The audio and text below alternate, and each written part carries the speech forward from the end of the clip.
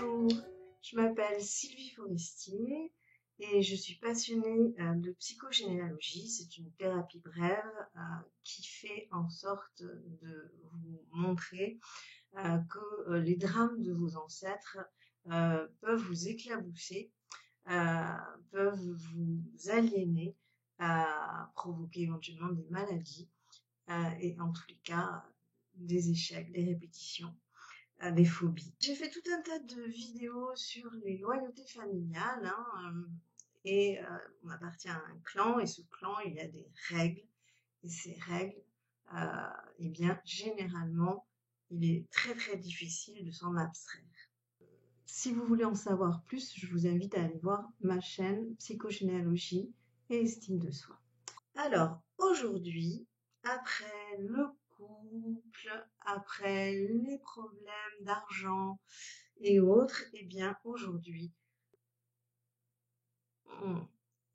comme c'est bon le chocolat, les problèmes de poids. Donc un sujet vaste, un sujet énorme. Et nous allons voir en quoi la loyauté familiale va avoir souvent des incidences sur notre rapport à l'alimentation et sur notre rapport au corps, et sur notre rapport donc à notre poids.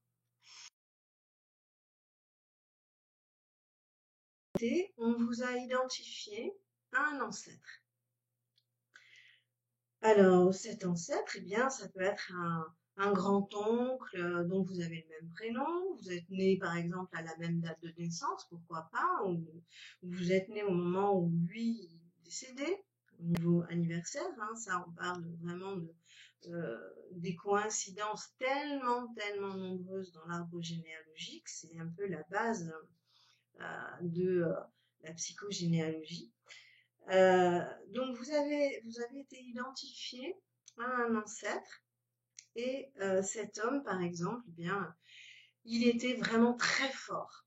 Alors il était fort en tout, il a eu 3 femmes, il a construit lui-même sa maison, il était un chef d'entreprise extraordinaire, un homme autoritaire, mais en même temps respecté. Enfin, vous voyez, imaginons.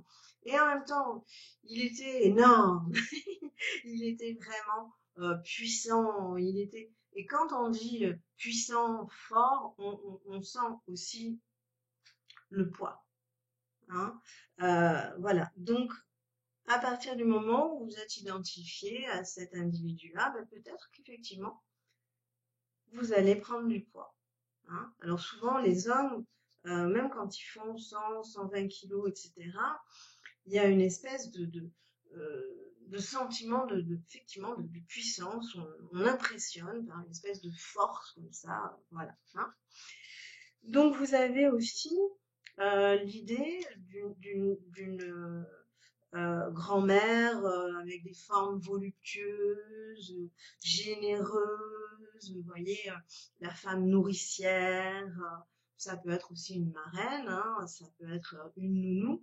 Nous, dans la psychogénéalogie, on fait très attention au relationnel, aux émotions, au scandale aussi.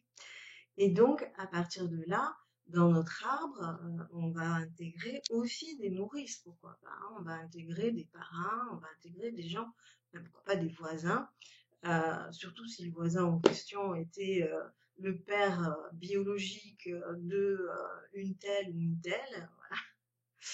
Voilà. Bref, donc ça peut être quelqu'un, effectivement, dans la famille qui avait des formes très généreuses. Et donc, vous vous identifiez à la douceur, à la tendresse de cette personne que peut-être vous avez connue, ou dont on vous a tellement parlé de cette personne que, voilà, c'est un mythe, et par loyauté, par filiation, par fidélité, même si vous ne l'avez pas connu, vous allez prendre de longs bons points pour vous calquer sur le parcours de cette personne et pour être accueilli comme cette personne l'avait été dans la mythologie familiale, dans la légende familiale. Voilà. Alors, vous pouvez aussi avoir, par exemple, une grande maigreur, parce que vous avez eu un aïeul qui a été déporté dans les camps de concentration. Pourquoi pas? Ou qui a vécu une famine à l'occasion d'une guerre. Vous pouvez être le petit-fils d'un homme qui a été déporté et vous pouvez manger autant que vous voulez. Vous avez l'air d'un petit squelette. Tous les gens qui sont liés aux injonctions n'existent pas. C'est-à-dire que vos parents, pour des raisons X ou Y, auraient préféré que vous ne soyez pas là.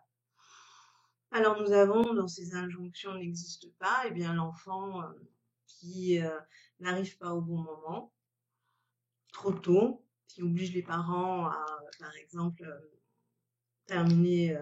abandonner leurs études. Nous avons, par exemple, l'enfant qui est du mauvais sexe. Il aurait dû être un garçon et hélas, c'est une fille. Voilà. Nous avons, par exemple, l'enfant qui arrive à la 9e place, alors que la mère se serait très très bien contentée d'avoir 3 enfants. Nous avons, pourquoi pas, l'enfant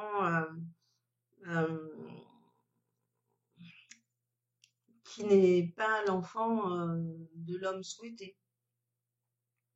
Voilà, parce que on avait un prince charmant en tête et que en fait notre mari ne correspond pas du tout à ce prince charmant et que voilà, on a des enfants avec lui, pas toujours souhaités. En tous les cas, ça se voit, ça s'est beaucoup vu. Donc, répondre à l'injonction n'existe pas, eh bien, vous allez avoir, dans un premier temps, quand on est tout petit, on a besoin d'avoir une validation dans le regard de papa-maman. On a besoin de se sentir accepté, accueilli, aimé.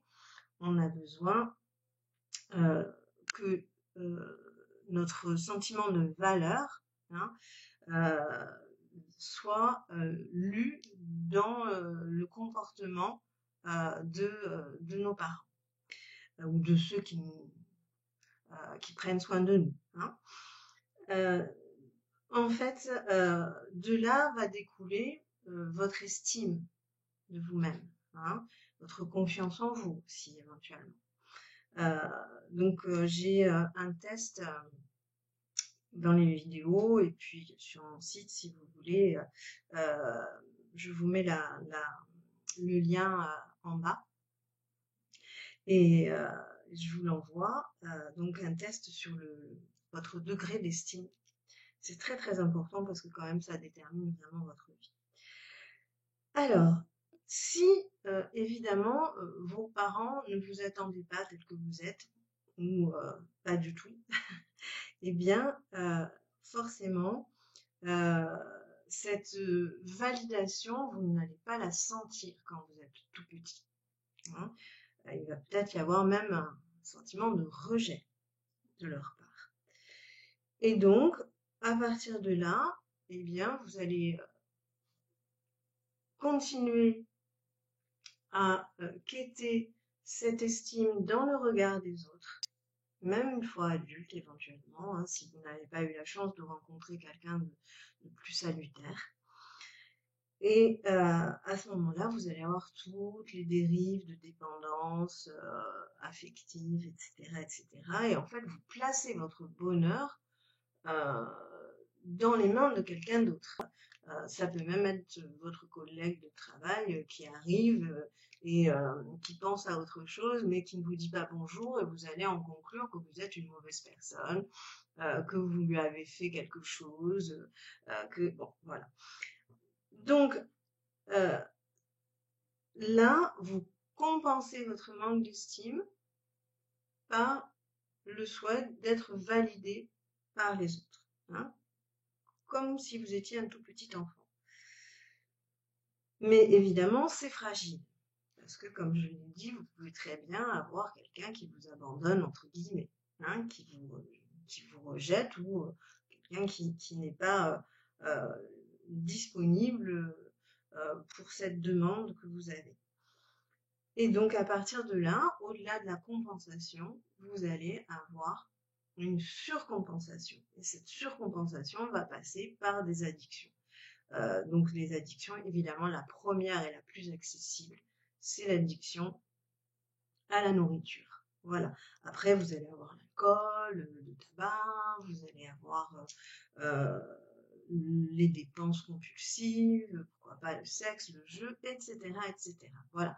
Mais des choses qui vont vous donner des petites bouffées de plaisir, de satisfaction immédiate, et après, en général, la culpabilité qui s'ensuit.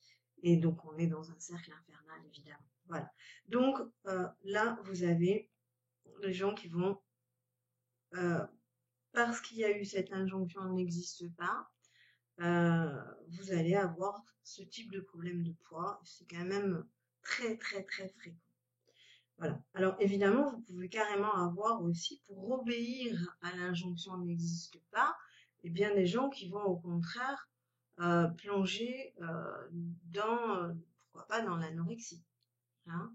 Donc, dans une forme d'autodestruction où, voilà, je n'existe pas et effectivement, je fais en sorte de te satisfaire, papa, maman, etc. Et je m'autodétruis en quelque sorte. Voilà. Deuxième aspect dans les loyautés familiales par rapport à ces histoires de repas, de poids, etc. Eh bien, nous avons évidemment tous les temps liés au repas, tous les temps liés à l'alimentation, tout le discours sur la nourriture qu'on avait chez vous dans votre famille.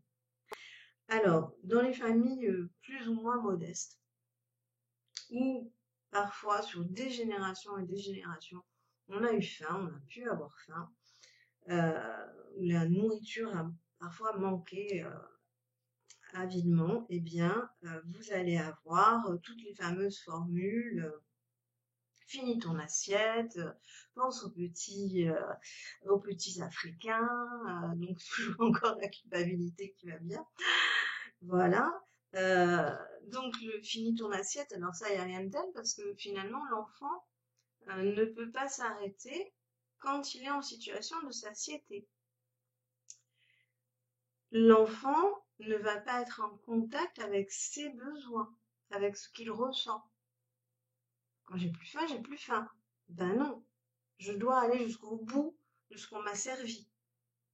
Et donc, on se déconnecte de ce que on ressent. Voilà, alors ça, c'est pas bon du tout par rapport à nos histoires de poids, par rapport à nos histoires d'émotions. Évidemment, à chaque fois qu'on a des émotions un peu vives, etc., on sait bien que on peut se précipiter sur la nourriture.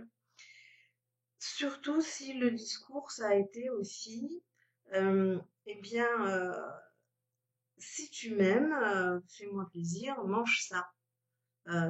Voilà. Et donc, l'idée de nourriture est associée à l'idée d'obtenir de l'amour de maman ou de mamie, voilà, qui a passé tellement de temps parfois à cuisiner. La cuisine, c'est de l'amour. C'est du temps qu'on passe pour nourrir son enfant, son mari, etc., etc. Il y a eu comme ça des publicités qui ont été faites au moment où le café a été lancé, le café en poudre a été lancé, et on mettait en évidence dans les années 50 que c'était tellement simple, en quelques secondes on avait un café parfait, et donc vous voyez l'épouse apprêtée des années 50, hein, qui n'a rien d'autre à faire que se soumettre au bon vouloir de son homme, eh bien, elle apportait le café, c'était la publicité qu'on présentait. Mais ça n'a pas du tout plu parce que c'était trop rapide et trop simple. Et donc, la femme n'avait plus ce sentiment de donner assez d'amour et d'être utile. Elle perdait son statut, où elle prenait soin de sa petite famille. Voilà. Petite parenthèse historique, comme je les aime bien. Alors, on va avoir dans ces familles où on a beaucoup manqué, et bien aussi l'idée que un enfant ou un bébé, pire, qui maigrit, c'est un bébé qui va tomber malade et qui risque de mourir. Et donc, évidemment, comme dans toutes les familles, on a eu des enfants qui sont morts avec des conditions liées à la misère, hein, eh bien, l'idée d'avoir un enfant qui grossit, c'est un enfant qui est bien vivant et qui va bien. Voilà. C'est les fameuses mères méditerranéennes. Mange mon fils, mange. Voilà. Donc, dans les familles aussi d'origine un petit peu modeste, on va avoir la tradition que toute célébration correspond à tout succès, correspond à un grand repas, un banquet familial où on mange énormément, voilà. Alors que quand vous êtes dans des familles avec un niveau social élevé, eh bien, une célébration, on va fêter les choses d'une autre manière, pas systématiquement en mangeant. Donc c'est pour ça que vous avez aussi une différence de poids, de masse corporelle, entre les milieux aisés, très aisés, et les milieux plus modestes. Voilà, alors, deuxième aspect aussi au moment des repas. Si vous aviez par exemple une grosse agitation, beaucoup de bruit, pourquoi pas des conflits, ou peut-être que les enfants n'avaient absolument pas le droit de s'exprimer, etc. Enfin, une situation tendue, une situation douloureuse, pénible, et ben, on se réfugiait dans son assiette. Voilà. Donc, on compense dès qu'on a une angoisse, dès qu'on résout le problème en mangeant. Voilà. Donc, ça, c'est la partie repas. Alors, nous avons aussi les enfants de remplacement ou les jumeaux perdus. Par exemple, un enfant de remplacement, c'est quand vous avez eu un décès avant vous, un frère, donc dans votre fratrie, hein, imaginons, mais ça peut être aussi quelqu'un de plus haut dans l'arbre. Mais à ce moment-là, on va s'apercevoir que vous avez le même prénom ou un prénom sensiblement identique, ou vous avez la date de conception, votre date de conception, elle correspond à sa date de décès, par exemple, quand il avait 3 ans ou 4 ans, enfin, voilà. Donc, vous avez les décès avec le côté enfant de remplacement. Vous pouvez aussi avoir un enfant qui n'est pas né. Ça peut être une fausse couche. Hein, voilà. Mais on va vous donner le prénom qu'on aurait voulu donner à cet enfant. Et là, ben, vous pouvez soit manger pour deux, et ça peut être pareil, par exemple, si vous avez eu ce qu'on appelle le syndrome du jumeau perdu, c'est-à-dire que il y a beaucoup de grossesses qui commencent avec 2 embryons, parfois même 3. Et en fait, parfois, la mère ne se rend même pas compte qu'elle va perdre un embryon. Et par contre, le petit fœtus, l'enfant, lui, va avoir parfaitement conscience de ce défunt, de ce frère, qui n'a pas poursuivi la grossesse avec lui. Et donc là, on peut avoir effectivement le côté je mange pour deux. Voilà. Ou alors, si c'est vraiment aussi un enfant de remplacement, par exemple, la mère a une fausse couche, ça a été très très très très douloureux, et 1 an, 2 ans, 3 ans après, il y a une nouvelle grossesse, et là ça aboutit, et à ce moment-là, l'enfant qui arrive, par exemple, n'est pas du bon sexe, imaginons. euh, ou il ne correspond pas exactement à ce que la mère espérait. Et l'enfant décédé ou la fausse couche, l'enfant qu'on aurait, dans lequel on s'était investi précédemment, va faire écran entre cet enfant réel, cet enfant qui est réellement né, et le défunt. Et donc le fait qu'il y ait eu un écran comme ça, qu'il y ait une absence d'investissement en fait dans cet enfant qui lui est bien là, euh,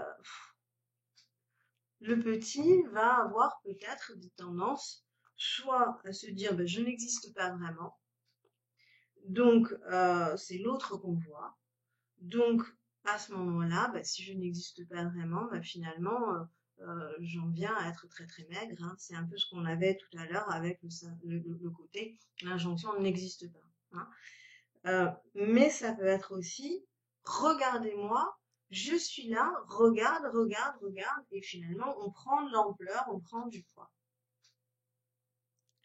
Voilà une solution ici pour être très présent aux yeux du parent. Trahir son clan. Alors là, ce sera le dernier point, mais je trouve qu'il est très très important. Ça n'est pas le plus fréquent, hein, mais il est assez subtil, mais moi je l'aime beaucoup. Par exemple, vous avez une famille où tout le monde est super charpenté, ce sont des ouvriers, des agriculteurs, etc., des gens où on va bien manger, où on va être plutôt costaud, où voilà, on profite de la vie, on boit, on mange, etc., etc. Et donc tout le monde est quand même assez corpulent.